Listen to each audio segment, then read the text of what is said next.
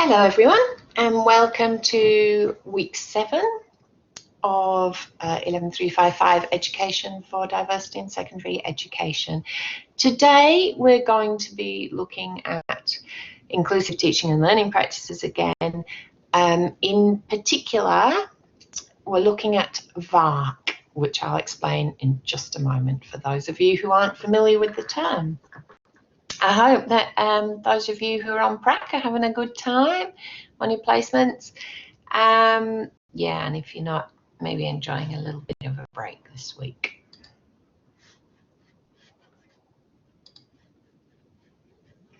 But before we start talking about VARK, I know that sometimes when people are doing education for diversity or any kind of units like this, people can feel at times that it's a bit of a relentless need to be a social justice warrior kind of thing. And I know a couple of things were said about this by people last week. And I just wanted to clarify that you do need to remember that this is just one unit of 16 or something that you do in an MTeach. And my job on this unit is just to get you thinking about these things, making sure that at the back of your mind all the time is every child in my class getting a fair go? And I've mentioned this before because I know that people can feel very a bit oppressed by the whole thing, or even depressed by the whole thing. But our job, as I've said before, we have to make sure that every single child in this country is getting a fair chance at education. That's all our job is about.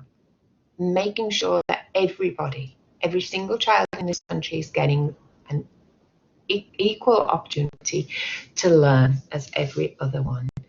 And you could actually say that's, in a sense, almost a neoliberal aim. It's not, you probably gather from my perspective, a neoliberal aim, but in the sense that to be a successful country, Australia needs all its inhabitants, its residents, its citizens being educated to the best possible level that they can be educated in order to make us more competitive in the world, and so on.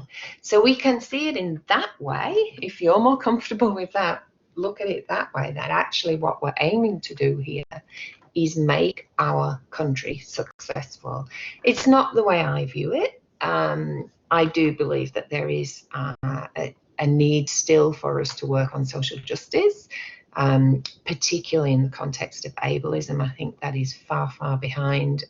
The whole conversation is barely even happening there. That's more my motivation. But either way that you look at it, we've got to make sure that we are giving every child an education that will enable them to learn to the best of their ability. And that's why I do base everything I do on evidence. So in this unit, my aim is to get you to be thinking about how can I help every child learn. And while I do point you to things like UDL and so on, as I've said before, you need to be going to your lecturers and your tutors in your subject specialisms and saying, how do I differentiate in that lesson? When they're talking to you about how to develop lessons, make sure that you're constantly able to differentiate, to work out how that's going to work. If you're looking at a resource, how is this going to work for every child in the classroom? So although it can seem quite intense sometimes, and in many people's lives that are fighting these battles on a daily basis, for example, if you are a person with disabilities, life is not easy and you need to fight that battle on every day, often for many people, in terms of access to buildings, access to work, access to education, and so on. But yeah, if you're finding that this can be a little bit intense, just remember it's just one of many courses that you do, and it's just my job on this course to get you thinking about these issues so that they don't get lost in the bigger picture of teaching and learning how to teach. Okay, so let's get on now to VARK. Well, we've looked at UDL and we've considered how to go about it, and I hope you're considering that in everything that you do now. It's particularly a huge part of the assessment as well. But I want to look today at the related issue of VARK. Now, VARK stands for visual, auditory, reading, and kinesthetic styles of learning. And this is often considered to be very closely related to UDL.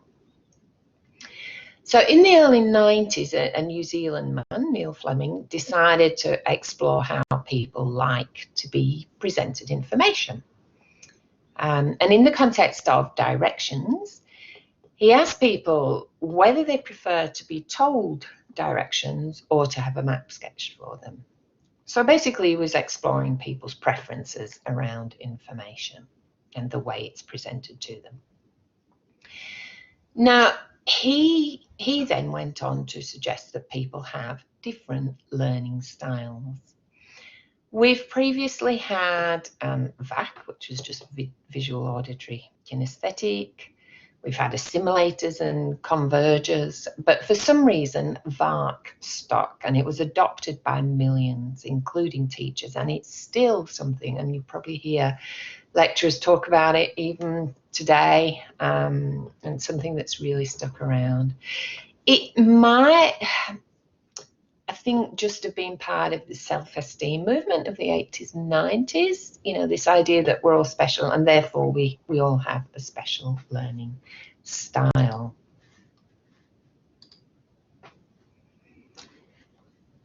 And, you know, you might look at this is so prevalent in schools even now. You might look at this and you might feel that you identify with one of these particular learning styles. I'll just give you a minute to read that.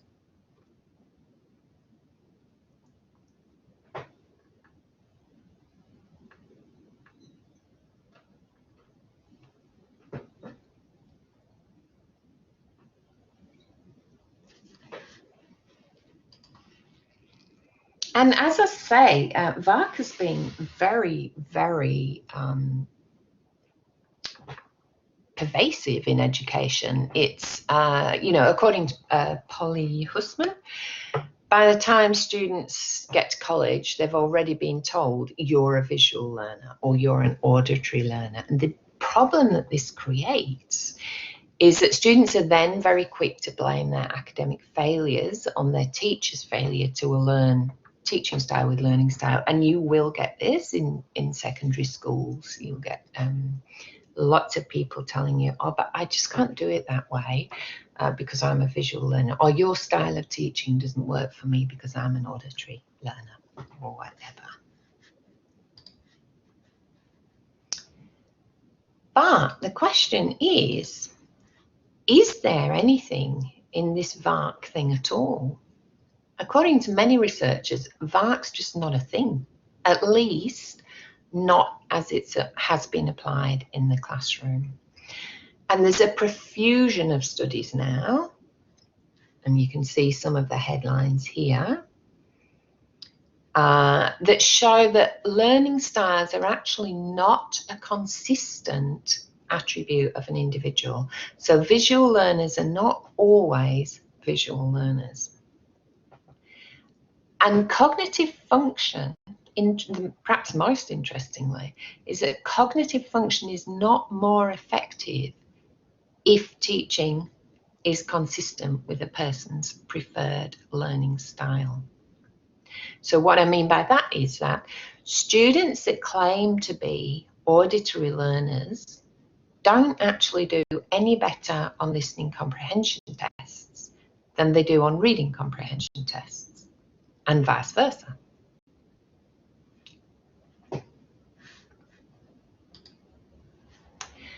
So I want you to go now and watch this video. I'll just talk about it a little bit before you go out, and then we've got another presentation later. But Willingham is a very highly respected educational researcher, and he is adamant that VARK is not a thing.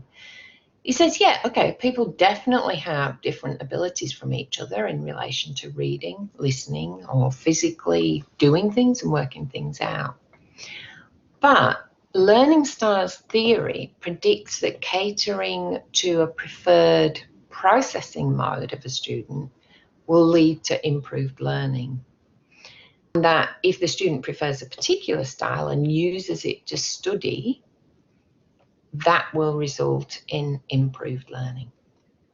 So that's a kind of natural theory that, you know, if it really is a thing, if you really are an auditory learner and the student prefers, you know, you prefer to do auditory studying by listening to things, you prefer to process things by listening and so on, then it should follow that if you do it that way, your learning will be better. But this just does not bear up. Most studies suggest that most of the time we actually all learn better visually, which is very interesting when you think about our classrooms, which for many years have been based on auditory learning. Okay, I'll let you watch that video now and then come back to listen to lecture 7B.